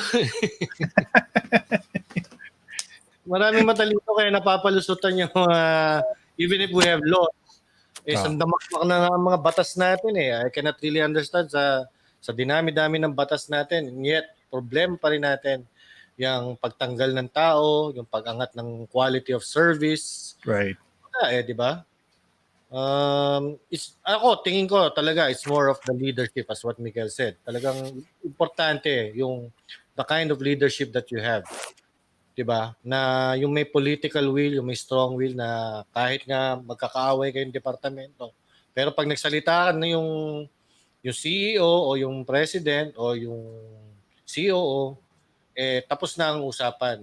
Lahat in the same page na. Yun ang importante dyan eh. Tinatry ko i-figure out rin, Mark, kung merong kasi like sa Google nga, like I've been reading about how they run their business, and even FIFA, who's a little bit corrupt, meron silang mga values that they have, embraced. Such as, like for example, sa FIFA, discipline, fair play, tatlo yun eh. At saka respect. Yun yung tatlong very important values ng FIFA. Discipline, fair play, naman and gumana doon. Hindi naman gumana doon, Ron. That's one of the most corrupt agencies in the whole world, FIFA. My God. Yeah, I know. We were talking about it kanina nga when wala ka pa kasama si It's one of the worst organizations ever. Like all throughout the world, they found ways to be corrupt in terms of football. It's ridiculous. It's crazy, no? Kasi big money's involved. Magandang studying gawin kung sino yung mga talagang malalaki ang pagpera na involvement. Tingnan natin kung anong klaseng organization meron. Well, Yeah. Ron, ano yung argument dyan is, like, kasi when you work in the government, ang daming temptation. Yan ang mahirap dyan, no? There's a system already in place. It's been that way for as long. So even when you come in, nabaguhan ka lang na you have the best of intentions, kung ikaw hindi ka corrupt, but everybody's there, used na sa sistema na ganyan, they'll eat you alive, no? It's either you become part of that or you just leave kasi hindi mo kaya. May na mga balitaan ako dati na umalis kasi sabi, grabe, hindi na nila alam saan itatago yung pera, and all of that, hindi nila kinaya sa konsyensya nila, no? But from outside kasi looking in, mahirap sa atin kasi we're not bombarded with that kind of temptation on a daily basis, no? I know some good people, or even yung mga parents ko, sinasabi na dati na may kilala sila na sobrang galing, na sobrang bait, pumasok sa government with the best of intentions, pero naging corrupt din sa huli, no? Kasi hindi nila kinaya. Kumbaga sa kung sa mag-asawa or mag-boyfriend, palagi mo sinasabi sa babae, I don't cheat, I never cheat. Kung pangit ka, wala naman kasi talaga magte-tempt sa'yo na mga babae, kung hindi ka naman sikat, diba? So you're only as faithful as your options. Yeah, okay? Yeah. So kung pangit ka, wala naman gusto sa'yo, madali lang maging, pero kuwari, famous footballer ka, example lang, Ron, I always wonder, like basketball players, they're so famous, there's so much money, they're everywhere. There's girls throwing themselves at those NBA players and football players regularly, every day, sa Instagram, every day. So, kung those guys are able to stay faithful, doon ako believe. Pero kung, diba, if there's some 500-pound guy na whatever, wala, madali lang talaga yan. But it's the same for government, no? If every day, ikaw, me, you, me, Mark, Ron, every day somebody comes to us and gives us money for not doing anything, or threatens our life for not taking the money, eventually, diba, I think most people will fall into that trap. True. I think yung ating yung conundrum natin, Mark, kasi we don't want personality politics, but at the end of the day, for things to work, we need somebody who is strong enough to make things happen. So yung ating debate about a parliamentary system and a presidential system, given the circumstances that we are facing as a society, for things to happen, like for example, gawin na lang natin example ng Davao City, Baguio City, Marikina, Subic, itong mga syudad na to, and even Ormoc, si Richard Gomez, these cities are progressive, and you have citizens who are disciplined, who are talagang following the law, and you can tell because the streets are clean, everything is talagang, you can say, wow, this is a well-run city. But the reason for that, like what Mikael said, is you have a leader that has the moral fortitude and the moral ascendancy. Strong leadership. Like you mentioned Ron, si Ormoc, kasi si Richard Gomez is there. The vice mayor then si Toto, sa good friend of ours, is part of Antians, and I mean, not they're one of the franchisees from and meron nga silang store sa Tacloban, yung family nila. But anyway, so I know them. Si Richard had to ilang years yan lumaban para manalo. Ang hirap ng kalaban niya dyan sa Ormoc. Palagi siyang natatalo, di ba? Palagi ang dami nilalabas na bahot na siya daw. I didn't remember all of this stuff. And finally, he won. And look at Ormoc now. Yeah. It's really, I mean, even me, I went there not so long ago kasi nga nag-open kami ng store sa Tacloban. I was blown away. Tapos even until today, so like my wife, kasi yung business nila, they're into natural, yung mga gas, yung mga drilling and all that. And there's a project there in Ormoc. So throughout this COVID, sa una pa lang, Ormoc was one of the most strict when it came to implementing the protocols for COVID. Yes. As in, it was so impressive na this small place over there, ever since pa lang, ready na sila and they were doing all sorts of stuff. They're so strict about it. Talagang bilib na bilib ako dyan sa Ormoc. And again, because Richard and even Toto and the other people who work there, they bilib sila sa leadership ng mga to. It takes strong will sometimes. And look at, let's say, President Duterte. He has so many critics and all of this, no? But a perfect example, even if it's small lang, is on political will, is Boracay. Everybody said, don't do it. Nobody can ever do it. It's just such a mess. Let's just let it, whatever. There's so many vested interests and dahil mga mayaman na may-ari ng resort dyan. This guy came and said, I don't care. Close it down. Ayusin niyo yan. And he did it. Ang daming critics, di ba? Ang daming galit. He did it. O, ano nangyari? Ang ganda na ulit ng Boracay ngayon, di ba? O, nasa na yung mga critics? Nasa na yung mga galit nung last time? O, di ba? Wala na. Lahat gusto pumunta doon ulit, di ba?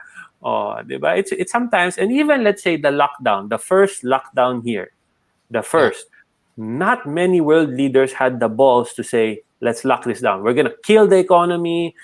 People are gonna starve. But he did it. I'm not saying it was right or wrong. I'm just saying he did it. Sabi niya, he got the people around, said, sara nyo to. Diba? And that's political will. And this is where you need a strong leader. But a strong leader na rin in a sense na you're willing also to listen to stakeholders and have empathy. Kasi ganun naman si Duterte, diba? Nakikinig siya, diba? He talks to people.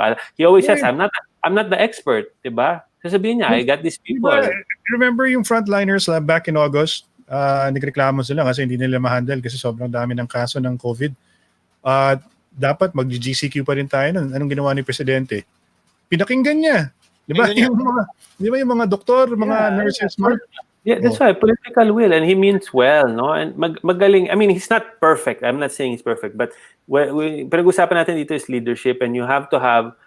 Di lang kailangan kasi strong-willed eh. Kasi kung strong-willed ka pero galit naman lahat sa'yo ng tao, wala silang tiwala sir, kupal ka, wala mangyayari sa'yo, no? But if yung mga tao that you're leading, they feel like you really have the best interest of the country and them at heart, then I think it's easier to get people to follow. No, pero kung alam nila ikaw isa ka pang giant mangungurakot, isa ka ring gago, di less na makikinig sa inyo mga yan, 'di ba? Pero time out lang, may na-notice lang ako dito na comment, Ron. Kailangan natin yung pansinin to. Ito ba yung yung attorney mo? Hindi, mamaya na yun si attorney. Love you, attorney. Pero sabi ni Fel Fresco, ang syudad ko ni Mayor Doña Tesoro. Yes! 100%. Yun eh. Yun lang pala yun eh. Alam mo, Mark, napag-guest na ba nyo si Mayor Doña Tesoro sa inyong programa? Siya ba yung sa Tarlac? Yung sa San Oo. Manuel? Yes. Ayan, target na ni Mark yan. Nakapunta naman na yan. Ha? Naka-target na yan. Naka-target na. Dito din, matagal lang pinapromise sa akin yan ni Ron dito, Mark. Kaya nga lang dito pa ako sa show na to eh. Langya ka. Una natin yan sa Pugad Vlogger. Actually, padalan ko na ng message yan, Mikel. Kaso, syempre, busy ngayon, sobrang in demand. Ang daming gustong mag-interview sa kanya. Syempre, ang dami rin naman ginagawa yung tao. Mayor ng rin yun eh. Sure. But with the younger mayors kasi like si Mayor Doña, I don't know too much about Tarlac, no, but like kuwari si Vico Soto, Vico gets a lot of publicity, and yung head office ko is in Pasig, no, and so we have a lot of employees from there, and I can vouch na it has become a lot better since he took over. He brought his young energy there. He was able to get the people on his side. Imagine ilang dekada na under the Eusebios, but he was able to get people to be on his side. No, I'm not saying perfect ng Pasig, but Pasig is a lot better. And even yung pag-handle niya ng pandemic has been pretty good so far for the Pasigueños. No? And again, it shows how important the leadership. Although you cannot change everything with one person, medyo kailangan mo ng catalyst. And these people, these younger ones, are the catalyst. Yeah. Mayor Doña Tesoro, Vico, Isko Moreno. Tingnan mo naman si Isko, di ba? Yeah. Isko Moreno. Kita mo diba? Naman. Pero Mark, ang tanong ko, Mark, counterintuitive kasi sa gusto nating mangyari na baguhin yung sistema eh. Obviously, gusto natin baguhin yung sistema because to attract more people like Isko Moreno, President Duterte, Vico Soto, Richard Gomez to become part of the system, and they'll be the catalyst nga, like Mikel said, to change everything for the better. Pero paano yun? Lahat dependent pa rin tayo sa personality. Ang lagay na yan. Do we need as a people to sort of like create an environment where the best ones lang dapat ang papasok, hindi yung mga corrupt, tsaka anong tingin mo, Mark? Kasi enablers din tayo eh. Madali tayong madala sa budots-budots eh. Yung mga ganong klase mga gimmick eh. Yeah, and maswerte nga. Maswerte yung mga taga Manila, maswerte yung mga taga Pasig, yung mga taga San Manuel, yung Ormoc, na nagkaroon ng mga ganyan leaders. But still, ilan lang sila ngayon.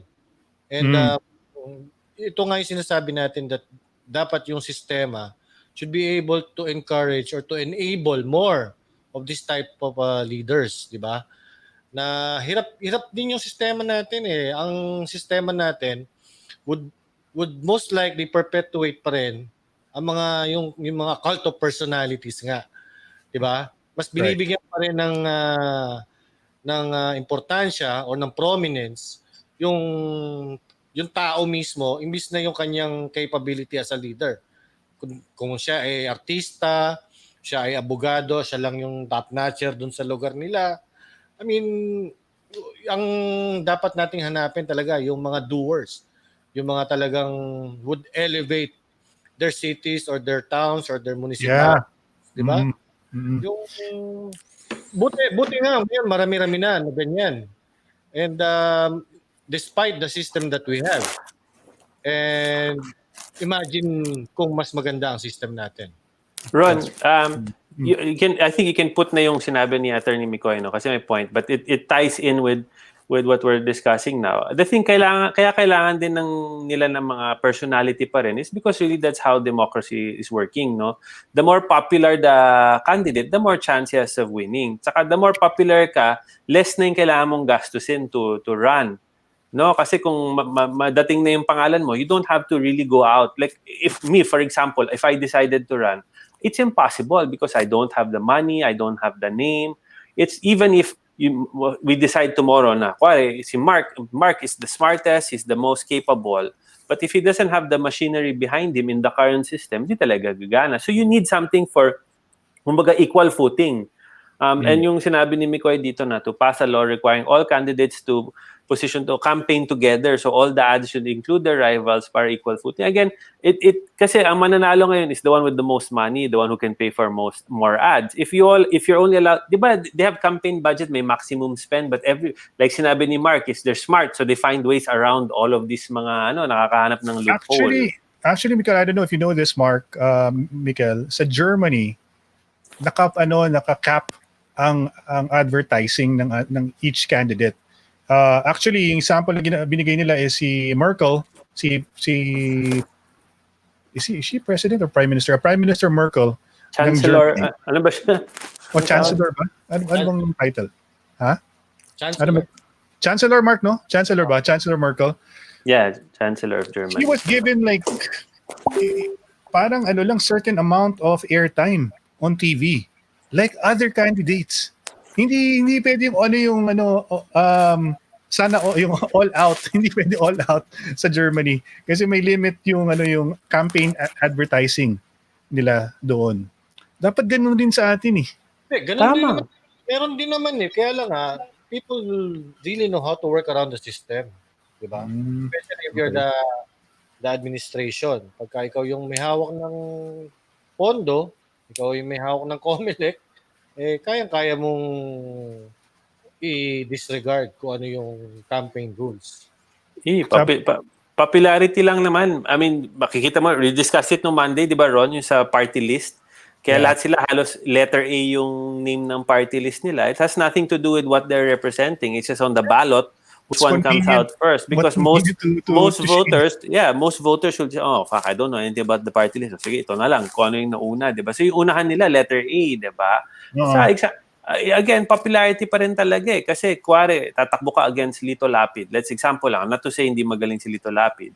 But kahit makahanap ka na sobrang galing na candidate, kung hindi siya kilala, si Lito Lapid kilala na. Yung pangalan na yan, most people will just vote for Lito Lapid because they already know that guy. Pansin niyo, hindi nag-campaign si Lito Lapid. Exactly, Oo, di ba? hindi gumastos yun, no? Hindi gumastos yun. Provinciano was already the campaign. It was the show. It was that TV show which served as his campaign. Exactly. Alam mo sa Amerika, magaling sila mag door-to-door doon. No? Pag nagkampanya doon, talagang kumakatok sila sa mga pintuan, kinakausap nila yung mga tao, no? Yeah. And one current something that happened just recently back in 2019 when there was an election for governor for state elections sa Amerika. There was a gubernatorial election sa state of Georgia. And there's this black woman who was going up against a former cabinet member ni Trump. Tapos ang ginawa niya ay ang style kasi sa Amerika, ang gagawin nila is if they know that this voting block is big enough, like for example, they know for a fact that black Americans or the Hispanics usually they vote Democratic.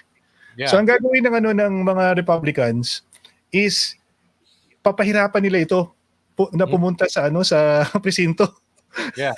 Na kunyari, ang assignment ng presinto sa kanila instead of like 5 kilometers away, gagawin nilang 20 kilometers away. So ikaw yung botante, layo naman, hindi na ako pupunta, hindi na ako boto.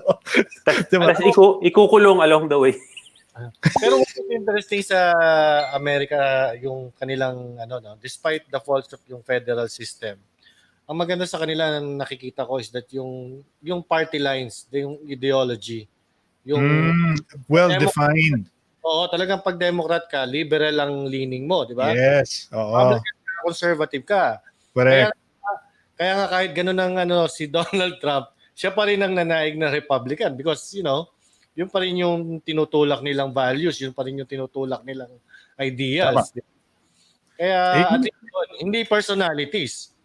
Yun ang problema sa atin. Kaya pag personalities kasi, kagaya nga nito, isang sa mga reforms na tinutulak ng IATF for constitutional reforms ng DILG is talaga tanggalin yung gawa ng anti-balimbing law. Tapos palakasin yung yung kung sino man manalo, ganito yun eh.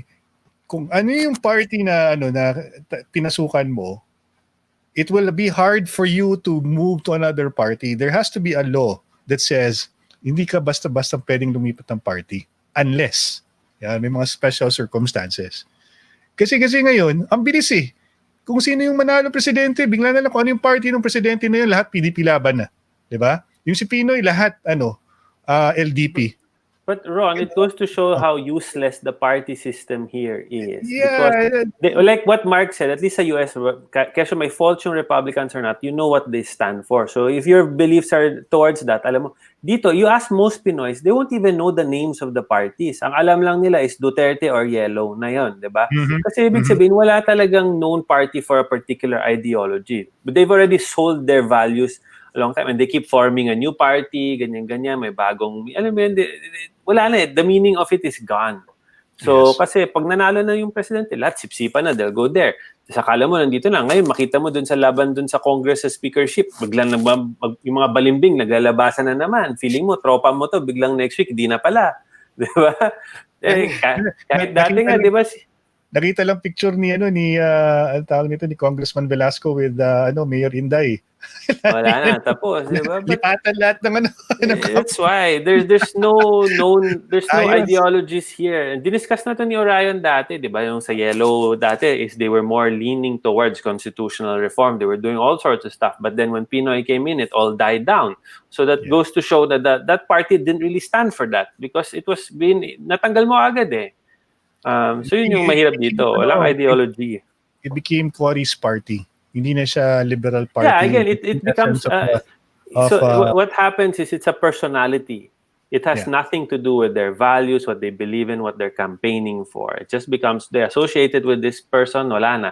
Ang mahirap dyan, if you associated with a particular person, pag palpak yung taong yan, everybody will associate your party with this kapalpakan also, di ba? Whereas if talagang you really feel, I'm really a Republican ako for life, kahit sino ilagay mo dyan, iboboto ko yan. Ganun yung mga like in the US now, a lot of those people don't like Trump, but that Trump is the Republican. Wala silang choice.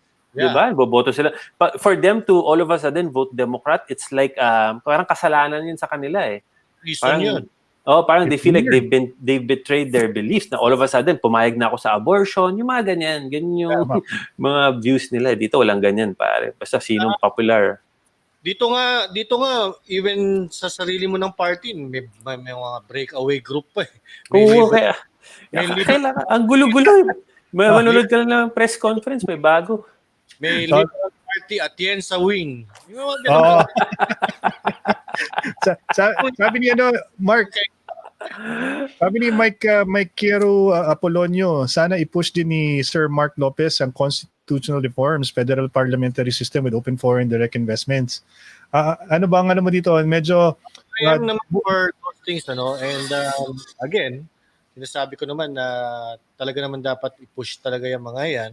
The problem is, hindi lang talaga natin malaman kung anong klaseng parliamentary, kung federal parliamentary o ano ba. Yan ang mahirap eh. Again, ito pa rin yung pinag-uusapan natin, hindi talaga ma-define. Pero realistically talaga, Mark, I don't want to be negative about it because obviously we need a better system than what we have right now, no? And I think tama naman, may point naman ng correct movement sila Orayon na the best system for us would be a parliamentary system, given the fact that this is really a parliamentary system would breed more competent politicians. Kaso lang, realistically, parang pipe dream pa eh, malayo pa eh.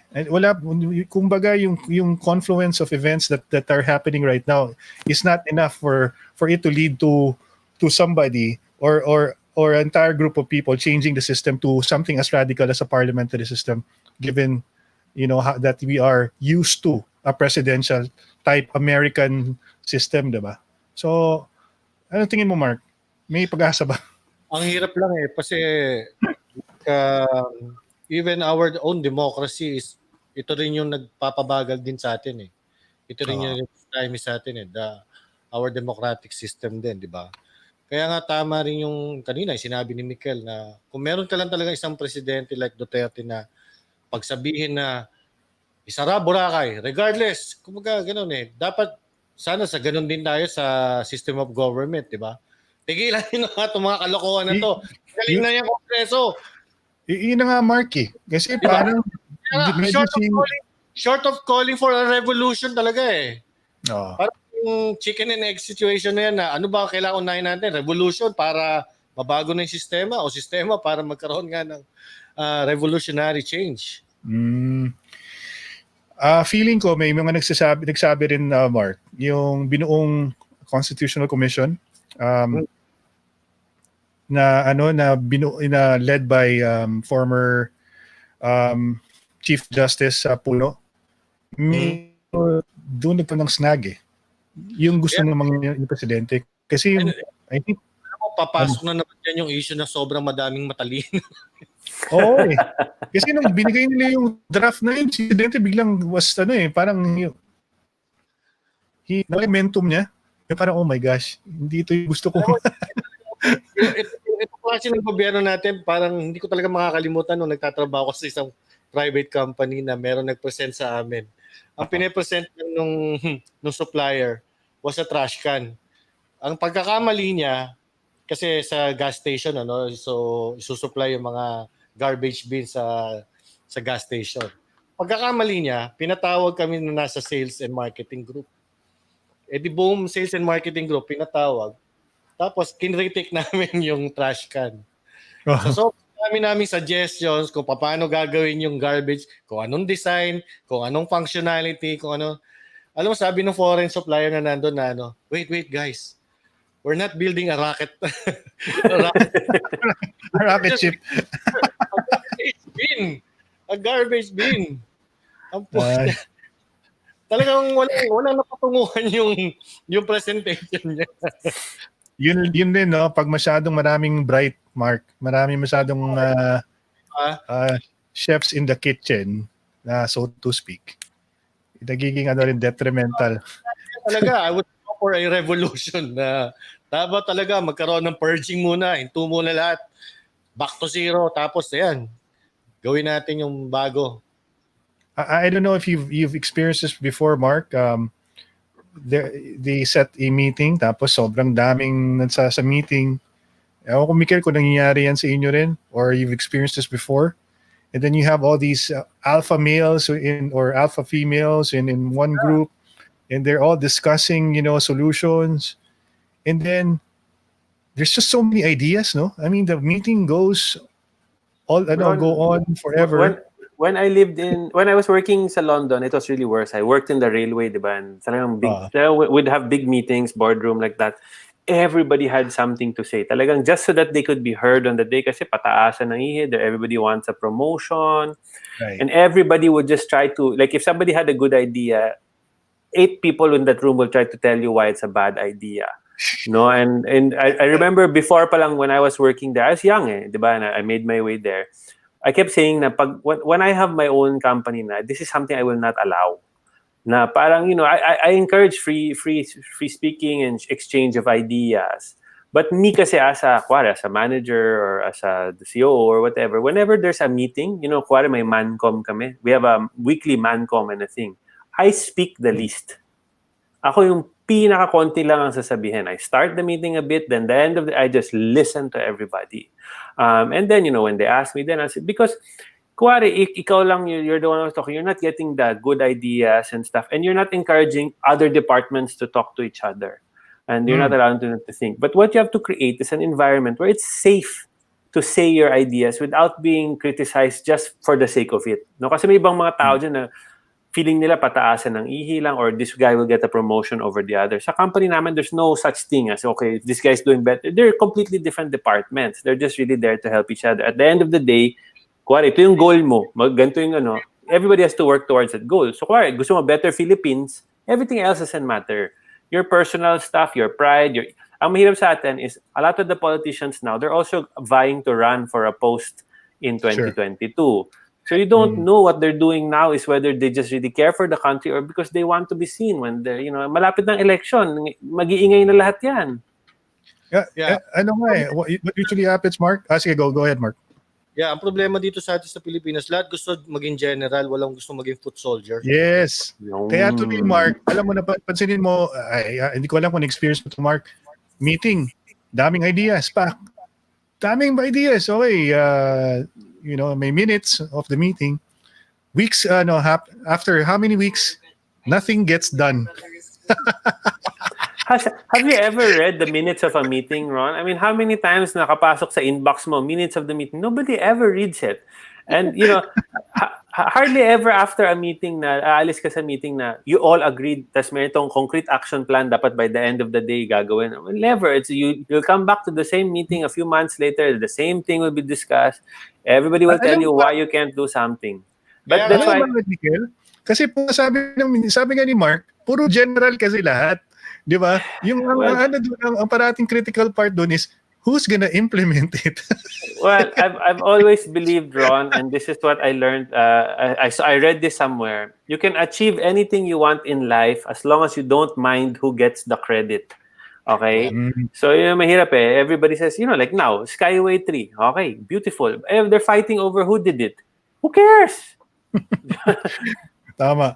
Miguel, Mark, let me just say hello to some of the guys watching from the other group that we shared the stream to. Si Ann Consigna, watching all the way from Singapore. Tapos si Priscilla Kojima, obviously watching from Japan. Tapos si Maria Evaduran Rizares, watching from Dubai. Si Rowena Mendoza, all the way from Italy. And Luchi Melchor from Japan. Nice. International viewers. Thank you, guys. Thank you. Sila yung nakikita mo sa ating message board na Facebook user? Yan yun. Hindi, so basta hindi yan paid troll, Hindi yan paid troll. So walang klaruhin, You were saying, Mark? You were gonna say something? Hindi, yung sinabi ni Mikel, ako naman, ang nabasa ko naman recently was that if you don't want to get things done, create a committee. Tama, true yan. Experience ko rin in previous jobs abroad. Anywho, it's already 11:14. Tapos, yun, napasarap yung kwentuhan natin. It's time Dito for kasi us. si Mark eh. Pag nandito si Mark, happy tayo lahat. Thank you so much, Mark. Oo nga eh. Solid talaga si Mark pag kasama natin. Dumadami yung listener, yung viewers natin, Mikel. Oo nga. Lalo na nawala si Sarah kanina. Buti lang nandito si Mark. Kundi kami lang ni Ron yung naiwan dito. Sawang-sawa na siya sa mga pagmumukha natin. Pwede bang madalas si Sarah tsaka yung mga katulad niya? Hey, huwag kang mag-alala, Mark. Next Wednesday, kung pag sumama ka sa amin, kasama baka si Celine. Ma-meet mo na rin si Celine sa ating programa. Tagal ko lang kinakampanya yan, Mark. Wala pa nangyari. Pero at least pinasok na si Sarah. So thank you very much, Ron. Your progress. Hirap kasi puro lalaki lang nag-uusap, di ba? Dapat merong female perspective. Kailangan may balanced view. Hindi naman dahil sa female. Balanced views. Okay. Di ba? Ang interchange. Yeah, oo. Yun, correct. Tapos, wag kang mag-alala, Mikel. May message ko pa rin si Mayor Doña Tesoro. Wag ka susuko, Ron. Don't give up. Hindi ako give up para sa'yo, bro. Don't give up. Okay, so Mikel, what's your big takeaway for this conversation we had today? Well, again, first, thank you so much to Sarah kanina who joined us. And of course, thank you to my idol, Mark Lopez, for joining us. Really, one of my idols. I love talaga his Facebook posts and everything. If I want really good information, dyan ako tumitingin sa kay Mark kasi although siyempre may bias yan towards this government because they're doing well, he also calls out the bad stuff. I've said this many times. So, idol ko yan. Congratulations to the Lakers. Wag lang si LeBron. Congratulations. Happy ako para sa iyo, Mark. Dahil si Liverpool, you congratulate. Hindi, wala akong alam dyan. But congratulations to the Lakers. Again, thank you to all of our viewers who watch from abroad, for all over the world, and for all of your comments and contributing to the show. Talaga mahalaga sa amin na nagko-contribute kayo, and your comments mean a lot to us. What I always say, guys, is wag tayo masyadong mag-away na. Really, let's just be pro-Philippines. Itong example ng Skyway, talaga, wag na natin pag-awayan kung sino gumawa niyan. Let's just move on. Let's just be happy. At the end of the day, magbabayad tayo lahat ng toll para gamitin yan. Taxpayers' money din ang ginamit dyan. So if anybody should be thanked, it will be you for paying your taxes. So, you should say, post kayo sa Facebook, dahil sa akin to. Yan nilagay nyo. Hindi dahil kay Ramon Ang or anything. Although we are grateful for the people who made this happen and for the people who worked hard on the project. Thank you. Mark Villar, the DPWH guys, and everybody else. Yun, thank you. Yun lang, guys. So, thanks so much again to everybody. Stay safe. Madami pa rin dyan. Medyo, sinabi mo, Ron, kanina, pababa na yung mga case, no? Kinakabahan lang ako kasi baka maging kampante yung mga tao. Under 1,000 na Mikel, pero tama ka. Again. But kasi, yung family ko nga, di ba, they live in the UK, doon, naging kampante na sila. Ngayon, 12,000, 15,000, they're about to lock down again. Sa France, which, there was one day 25,000 cases.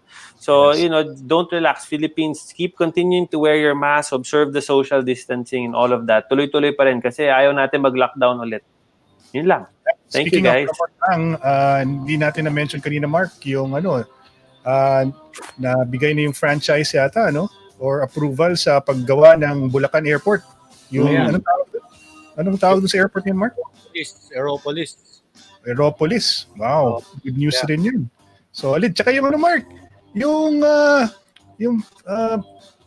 PNR train from Subic to Bulacan ba yun? To Malolos? Actually, that will be yung North-South Commuter Railway. Yes. That will be from Clark to Calamba. Solid yan. Oh! I can't wait for that. And with an airport express pa yan. Like solid. Ron, baka pwede na ako mag-apply ng trabaho doon. Dati naman, trabaho ko naman sa train eh. Pwede. Travel ng Clark to Makati will just be 30 minutes. Nice. Wow, galing. Pwede na tayong tumira ng Clark niyan, Mikel. Game. Madami tayong we have to look forward to. Yung MRT7 is about 60% na. Yung from North Avenue to San Jose del Monte, Bulacan. MRT4, gawin na yan. From Quezon City to Rizal, Antipolo. Wow. Gawin na yan. Tapos yung MRT1 yung MRT3, LRT1, LRT2, magkakaroon na nga ng common station including MRT7 plus yung subway. Galing. May Galing, common galing. North EDSA. I can't wait for that. Grabe. Tagal ko lang kinakampanya yung public transport. Invest in public transport. Maayos mo yung traffic. 100%. Clark, Talagang ano na? Terminal, tapos na, 100%. Ang ano? Ayan, Clark, Oh, yeah. terminal. Yung bagong airport, no, sa Clark. Oh, nag-ano na ako. Zoom meeting ako dyan isang araw. Gusto na mag-offer ng anti-ants dyan sa loob ng airport. So, Mark, how true is it na yung Bicol rin daw, Express? I mean, yung Bicol Express. Pagkain yun na. pagkain yan, bro. Yung train daw from all the way to Bicol. Yung North-South Commuter Railway, from Calamba, iduduktong pa yan hanggang Bicol. Pero uunahin na itong from Clark to Calamba. 3 segment yan. Clark to Malolos, Malolos to Tutuban, then Tutuban to Calamba. Galing. Solid. Yung Clark to Malolos, tapos na yung mga contract packages niyan. Napipirma lang last week. Kaya, tsaka nag-uumpisa na yung yung construction work itself. Yung Malolos to Tutuban, ginagawa na yan. Galing. Hayop. Good news, Mark. Subway by January, darating na yung mga tunnel boring machine, 6 yan. And 6 out of the 25 na tunnel boring machines. Kaya yung subway, we are also looking forward na by the end of the term of the president, May first phase. yung first 3 stations yan. Tapos na. 17 stations yan. Sabi ni Mike Caro, Apolonio daw, Mark, isa kay si Aling Lenny sa tren pa Panaga.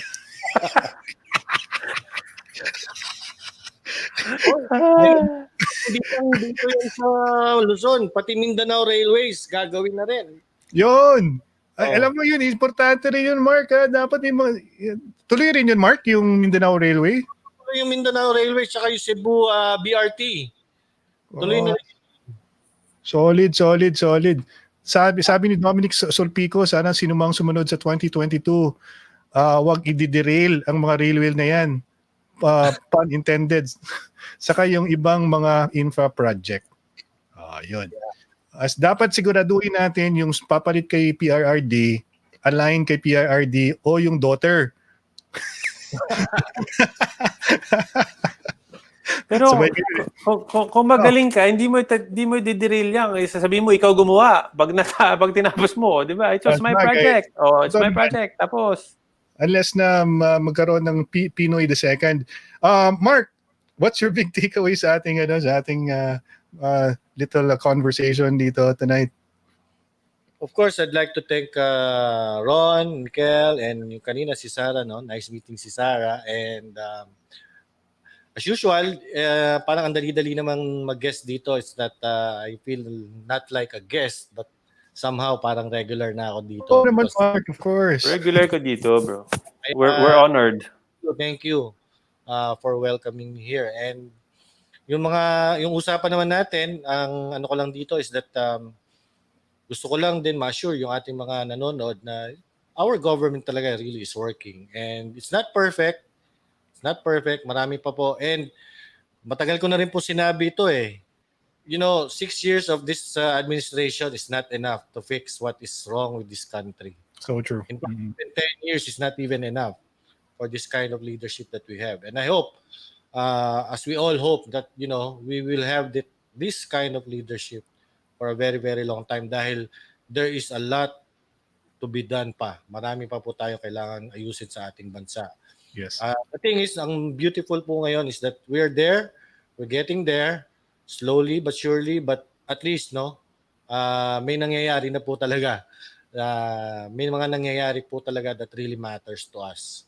Kaya yan, maraming salamat. And we also have to continue with our engagement as citizens, 'di ba? Kumbaga talagang punahin natin yung mali, ipuriin natin yung tama, and we should always encourage and to give our inputs and our opinion, 'di ba? Because at the end of the day, atin din naman babalik yan and to our children. So, salamat. Thank you so much. Thank you, Mark. Mark, salamat talaga, Mark. Thank you. Salamat sa pagdagdag ng audience namin. sa Istoryang Futbolero. Miguel, thank you for spending time, brother. Huwag ka mag-alala. Ngayong weekend, balik na naman ng Premier League. First game. Ha? Si Cristiano Ronaldo. Oo nga daw. Si Cristiano Ronaldo positive ng COVID. Okay lang, asymptomatic naman. Lahat sila naman nagkaganon. Dinaanan lang nila. Hindi naman yung mga athletes natin na kayang-kaya nilang labanan yung COVID kasi well-conditioned yung mga katawan ng mga yan. Huwag nating tularan, ha? Pero sa mga dyan, yung mga mahilig sa football, ang English Premier League ay babalik ngayong weekend. First game na nakaschedule ay Liverpool versus Everton. Wow! This weekend. And don't forget the basic guidelines of the DILG and the DOH, most especially. It's called Bida ang May Disiplina. Bawal ang walang mask. I-sanitize ang mga kamay. Iwasan lumawak ng kung ano. Distansya ng 1 metro at alamin ang totoong impormasyon. Di ba, Mark? Bawal ang fake news. Bawal. Rappler. Verifies.